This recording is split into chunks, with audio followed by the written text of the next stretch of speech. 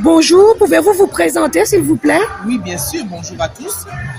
Bonjour Salora. Je suis Jeanne-Louise Djanga. Je suis écrivaine, chorégraphe, chroniqueuse. Je suis également promotrice culturelle. Évidemment, il faut choisir ce qu'on est, puisqu'on me demande de faire un choix. Mais en réalité, je me définis comme une artiste. Je me définis comme quelqu'un qui aime la planète Terre et aime les gens. Donc, j'organise des événements littéraires depuis bientôt quelques années. J'ai commencé à faire mon premier marché africain en 2007. C'est vous dire que beaucoup d'eau a coulé sous les ponts. Il y a eu beaucoup de choses qui sont passées. Donc, en 2007, à Paris 18e, à la Chapelle, bien sûr. Et j'ai vu qu'il y avait une véritable demande en la matière. Et donc, je me suis dit, pourquoi pas? Je pense que, sans me vanter, je suis la précurseur de ce genre d'événement. Parce qu'en 2007, je vous avoue qu'il n'y a pas beaucoup de gens qui organisaient des marchés. Aujourd'hui, tout le monde le fait. Mais évidemment, j'en suis heureuse. Parce que je me dis, il y a de la place pour tout le monde. Surtout pour parler de l'Afrique. Parce que nous aimons l'Afrique. Nous aimons les afro-descendants. Tous qui sont partis, qui ont quitté l'Afrique, la terre de nos ancêtres, la terre de l'humanité. Nous avons besoin de mondialiser la culture africaine.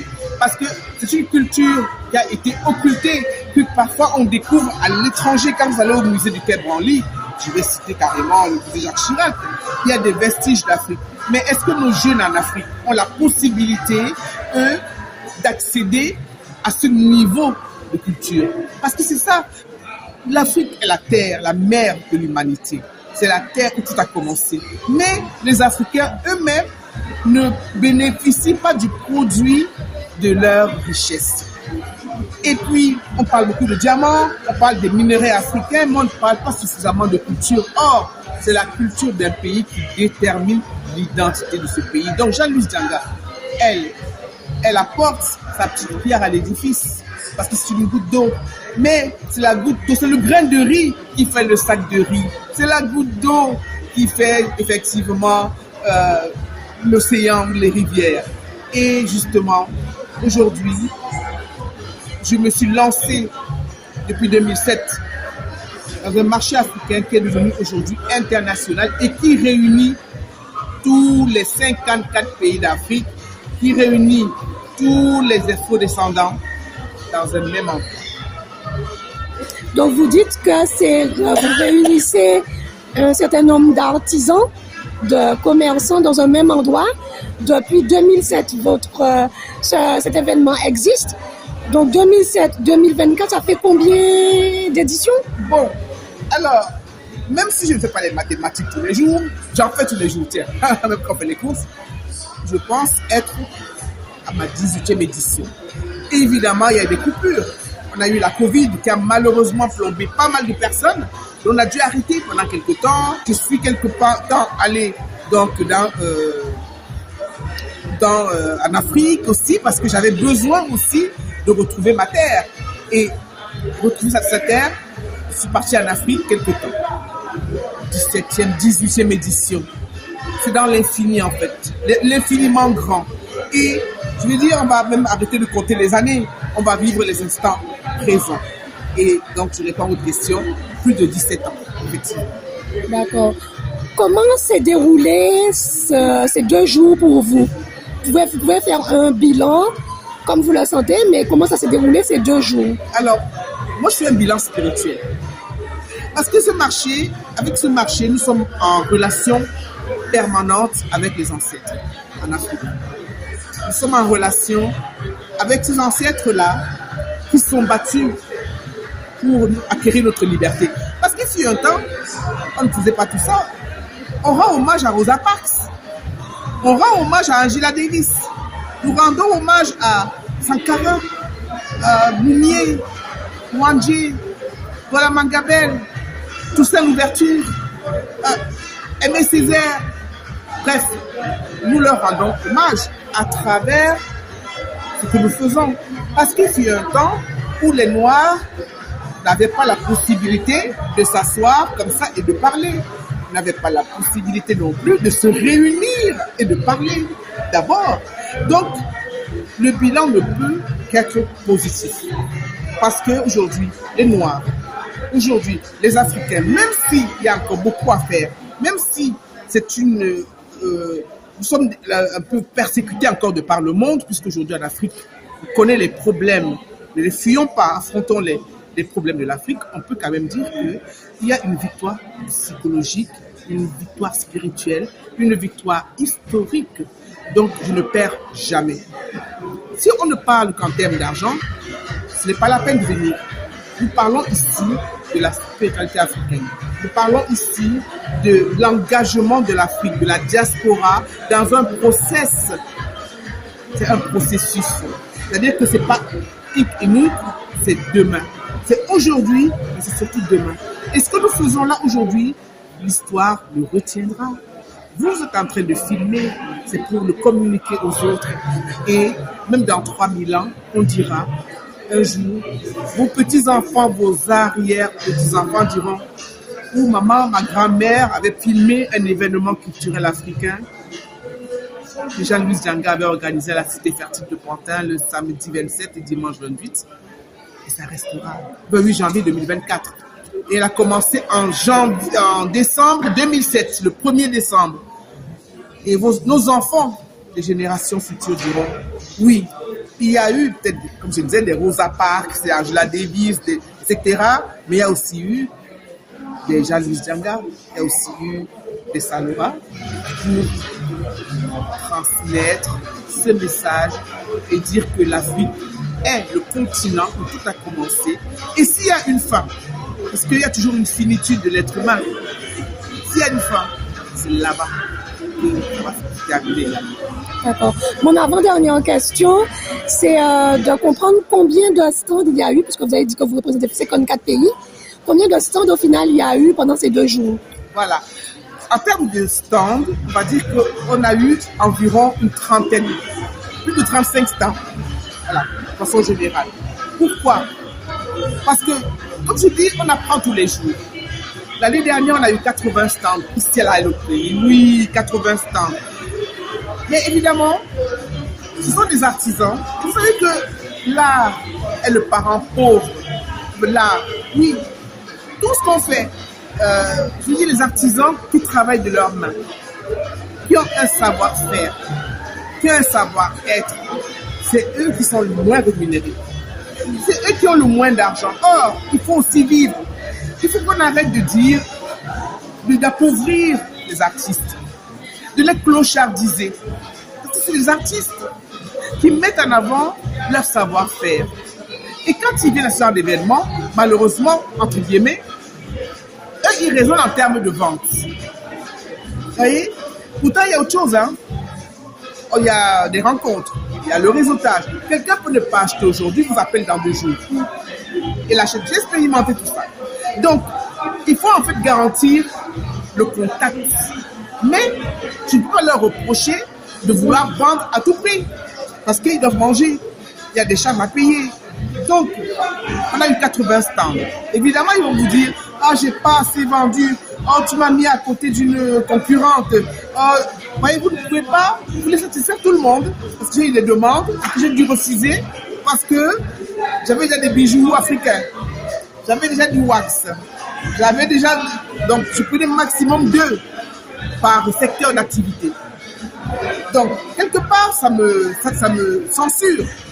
Ça me censure en termes de relations avec les autres exposants, les autres marques. Mais, je vais satisfaire, je vais prendre 35, 40 exposants de qualité aussi, que d'en prendre 80 de moins bonne qualité. Et j'ai besoin de garantir la sécurité, la traçabilité de leurs produits, très important, parce que quelqu'un qui viendrait pour vendre des produits d'autres personnes, je ne peux pas accepter ça. Il faut que s'il y a un problème, que je puisse réagir et avoir une traçabilité sur la marque, sur les produits et évidemment sur la personne même qui vient. Donc, environ 40 exposants maximum. D'accord. Donc, on va dire que c'est un bilan positif pour l'année 2024. Donc, 2025, quels sont vos vœux, vos souhaits par rapport aux artisans, aux entrepreneurs et par rapport au public qui serait amené à venir l'année prochaine. D'abord, je voulais signaler que dans l'année, je fais 4 événements. Le MINA, c'est l'événement majeur qui regroupe tous les autres événements.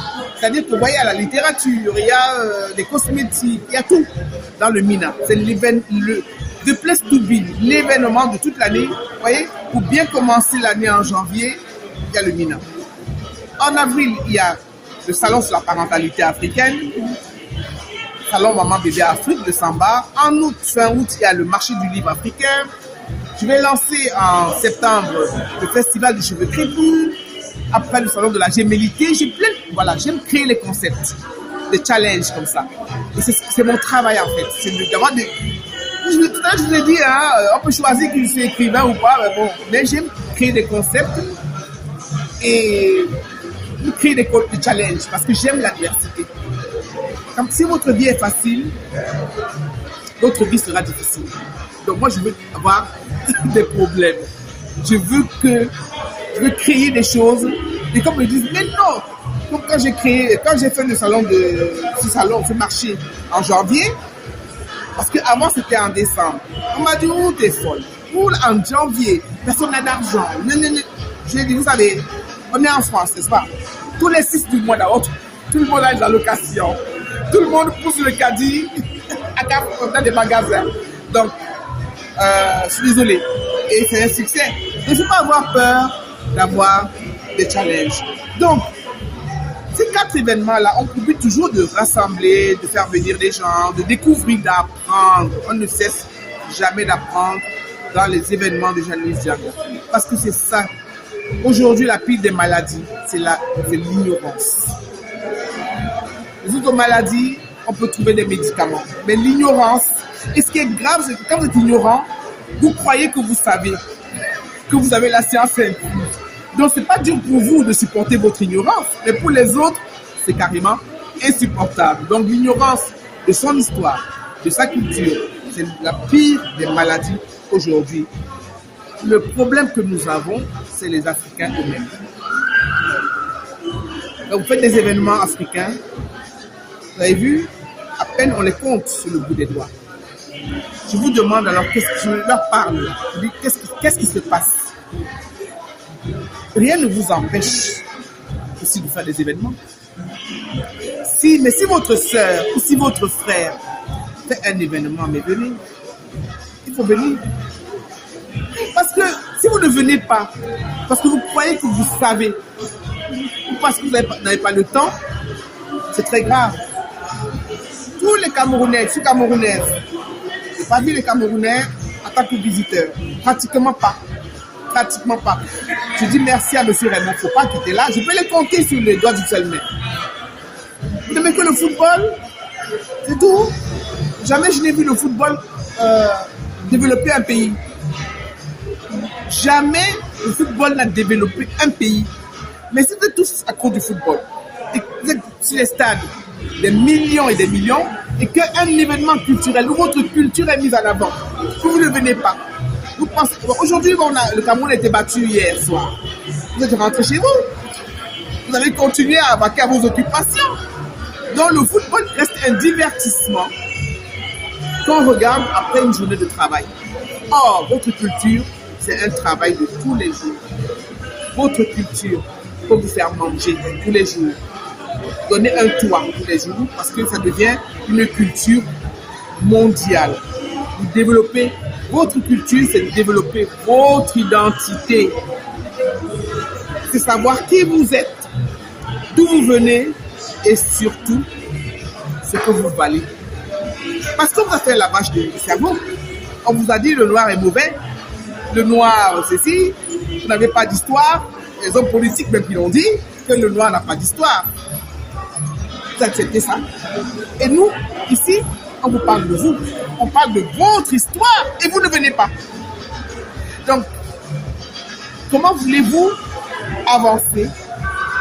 Comment voulez-vous que nous avancions ensemble si vous-même, vous ne voulez pas transmettre à vos enfants qui ils sont, où ils vont et surtout ce qu'ils valent. Je vous remercie beaucoup pour votre temps et votre patience. Et bon courage pour la suite. Merci beaucoup. Et rendez-vous, bien sûr, en janvier 2025. Mais avant, il y a le mois d'avril, il y a le mois d'août, il y a le mois de septembre, la rentrée. Il y aura d'autres événements. Restez scotchés sur les réseaux sociaux.